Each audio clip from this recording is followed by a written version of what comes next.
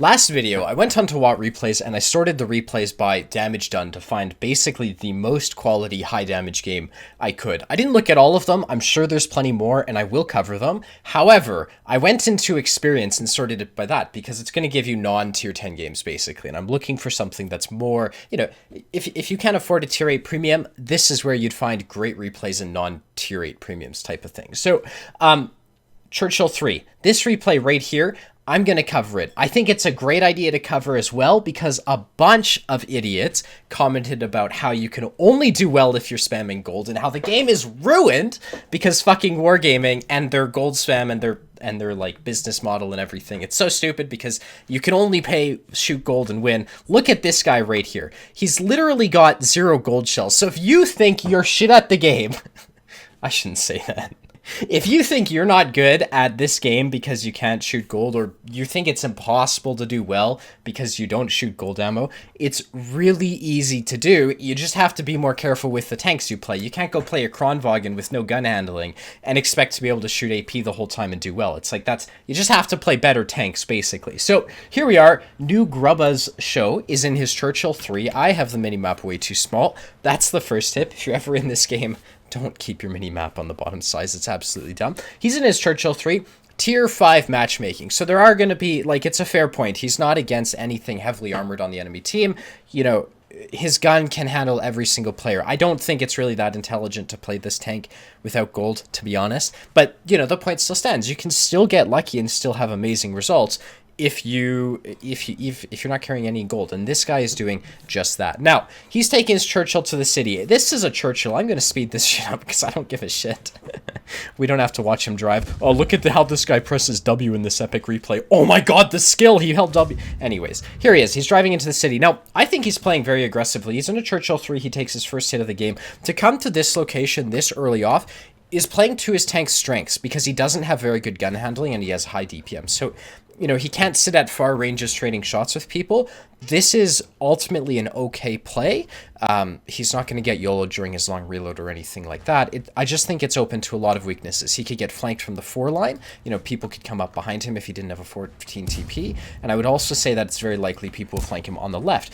That being said, Excelsior tries to push into him. What he's doing is he's just farming him. You don't need to watch every single shot. The main thing to notice is this angle right here. The Excelsior, who is shooting no gold also, is having some trouble penning him. And he angled, he played reasonably, held down. Really, what the Excelsior should have done is he should have shot this guy's turret, and that's actually where he managed to pen him. So, New pokes out. He's going to try to get a shot on the side of this guy's turret. He has the ping to do it. 30 ping. He's going to be able to make that happen. Looking at the map, there's a 14 TP on the 1 line who should flank this guy, but you know, New is covered by a 14 TP behind him. So even though I think it's lucky that he's got this guy behind him, to be honest, but regardless, he does. And so he's able to play here and he's going to do it really well. So he decides to side scrape. I think this is reasonable. The problem is as he side scrapes more, it makes him easier for people to shoot him over here. You can see he checked that. So, you know, most players won't do that. They'll tunnel vision on the Excelsior. He's literally not tunnel visioning. I think it's a great idea. Now, noticing the Excelsior isn't poking on him and he might get shots in the mid. He shoots at this 14 TP right here. That's going to go in. Of course it's going to go in. It's an epic replay,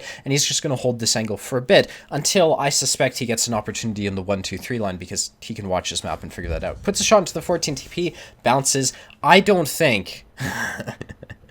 To me, this is not the best play to farm that 14 TP who's safe. However, Excelsior sees that he's distracted. He starts to push in. Now, if you're in a position like this, you would hope that someone over here would help you out. And I don't know if New notices that, but if he lets this Excelsior push into him, he'll bring his DS to his left into the fight. That being said, he's angling really well. You can see the Excelsior's having trouble penning his turret. He puts shots into him. I suspect the Excelsior's ammo racked right here, and there's nothing that guy can do. He's just absolutely gone. Now, he's going to be able to push into this DS, I think, and get a couple shots. I don't know tanks' names. I'm actually jingles right here. You can see he pokes out, gets a shot into the guy, well, actually hits the dirt. DS bounces, so he's going to be able to, well, I don't know why he's pushing in. I would kind of not, because there's a crossfire going on right here. But, you know, playing this angle like he is, I'm not going to criticize, oh, he moved 1 meter over, like, too far to the north. I think in general, he's playing this position well. He's got a high reload gun, so he can make it work. He's shooting his teammate here, which is also great strat. Just wastes credits. Fantastic.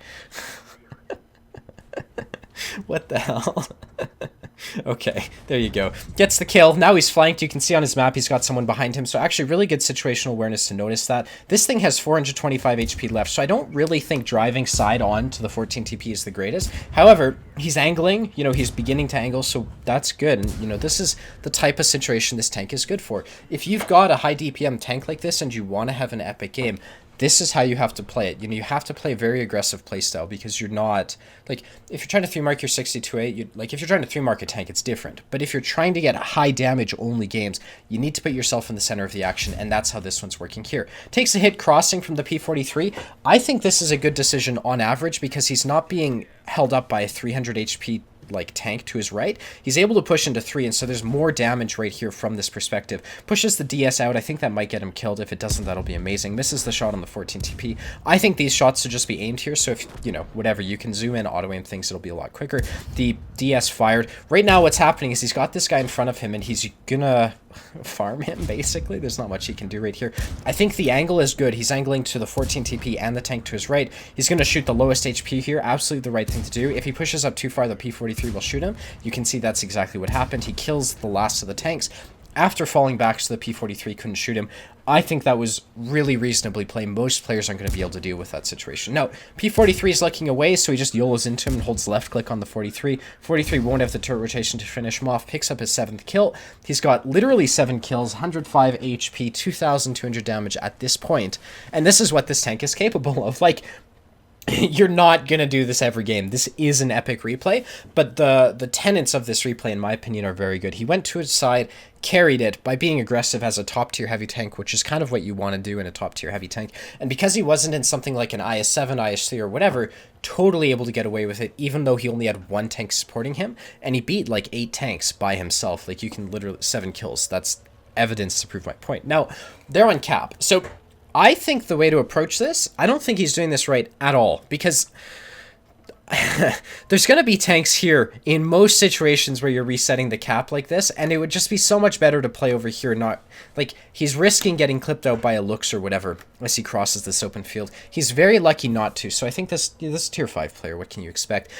He pokes out. He's going to be reasonably safe as he does, so you can see he's not spotted by this 14. Shoots once, misses. He's got a fast reload. He'll be able to shoot again. Good. Gets the reset. There's 30 seconds left on cap. He might be able to get the kill if he just holds down left click, and they have 1 tank left on cap, and he has 55 seconds to reset. So he's not really in, you know, okay, I'm going to criticize this heavily because you need to realize if you're carrying, this is not what to do at all. He's played very well until this point, but I think this is where his lack of experience shows. A T67 and 14 were last spotted here. This cross, although necessary to win the game, he could have let, I don't know. It's the only play you can do if you think you can win, but I think it's not a good play in average. I don't think he's doing this well at all. He should go to the right to keep himself safe from TDs to the side. Regardless, he drives into this 14 TP. The guy can't pen him. He just holds left click. Face hug is, I think he should kind of angle his turret a bit more, but he's angling his tank reasonably well until he's not. He's going to be able to finish the guy off, and there you go. So, like, the bottom line, you could have totally approached this from any other angle, especially closer to the 3 line, and gotten these resets, even by blind firing. Like, it would have worked out. He would have been able to YOLO in coming from the K line if he needed to, if he started off by look, if he'd gone here instead, like I suggested, this would have been the better play. He would have been in a reasonable position to drive from here down to here, and then kind of like this to reset. And I think he had the time to do it, given where his 25 TP was. It's not perfect. Don't YOLO across a field like this. It worked for him. Great. Good job. That's all I'm going to say. Now, they've got a Lux, a T67, and another Lux on the enemy team. Those 2 players are platooned. He's got 8 kills at this point, 2.8k damage. Like, if he dies here, this is an A-class game. There's not this would still be, I would still be featuring it if he died right here. What he's doing instead is he's taking a position. Now, he can do this cross because he just did it earlier and it worked out for him. So I think this is perfectly fine. I'm going to fast forward it because it's literally unimportant. And what he's going to do is he's going to drive up to, well, right here. He finds the Lux, gets the kill, and this is actually where his last stand is going to be. So positioning wise, I think he's in a great spot because what's happened is he's got this 25 TP behind him. You know, for the most part, considering his mobility, he's got his rear covered. He's got his one line mostly covered, and then there's a looks behind him. So he's going to have to turn around to deal with this full HP looks behind him. You can see he does. So 25 TP puts a shot into him. We don't know where the T67 is. From New Grubba Show's perspective, he has to push into this looks. He puts one shot into him. I think he should be aiming this in just to make sure he continues the track. However, he's doing a good job angling like he is. The looks isn't going to be able to do anything. He gets the kill up to 3,300 damage, 10 kills. And I think for sure the T67 on average would be coming from the 1-2-3 line, try to flank. If he's not on the 1-2-3 line, he's definitely going to be on this ridge, from a... I don't know exactly where he is, but that's my best educated guess at this point.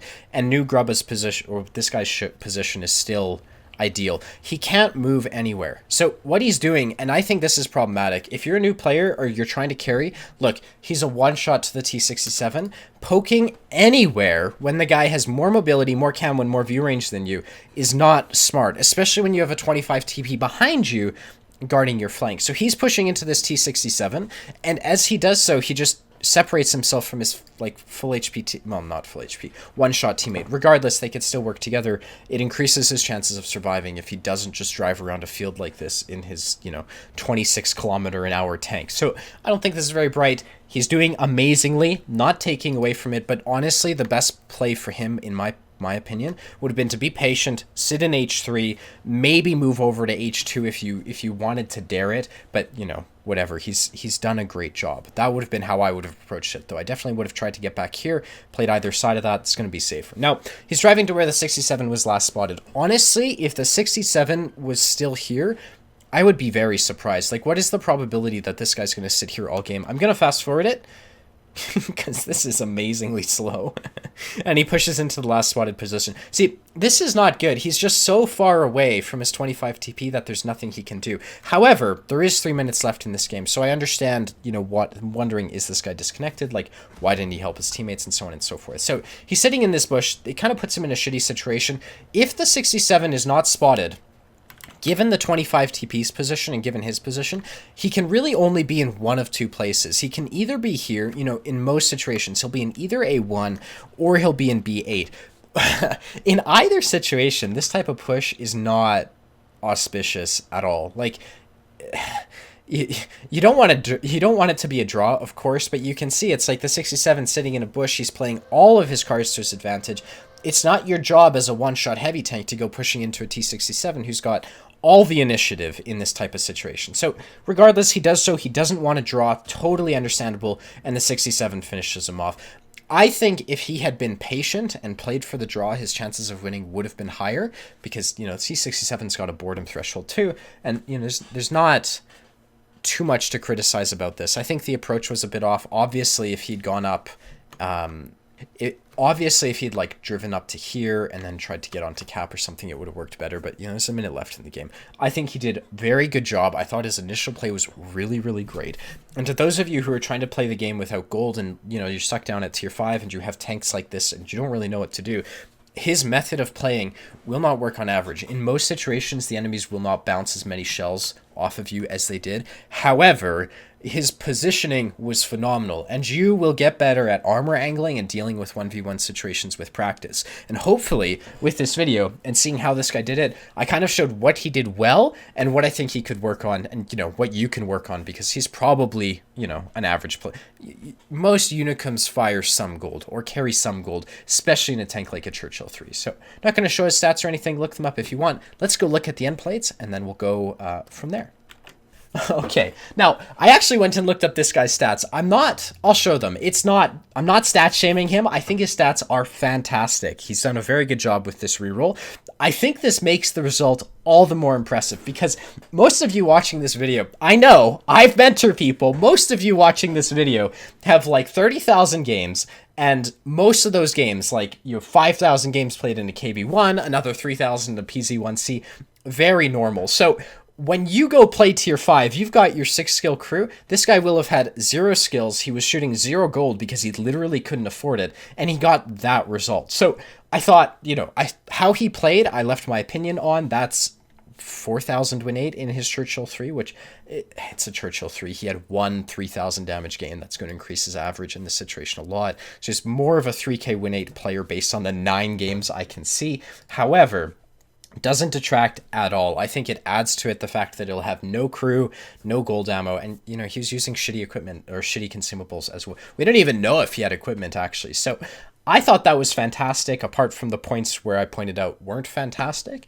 And yeah, I think there's a lot to learn from this replay, especially with the mistakes and what he did well, because it was so much. Like, his good play gave him 2k damage. His bad plays should have killed him because he was driving across an open field. However, they did save the game, and I'm going to call the video here. So if you want to see more, be sure to hit the like and the subscribe button, and I hope to see you around. Later, guys. Bye-bye.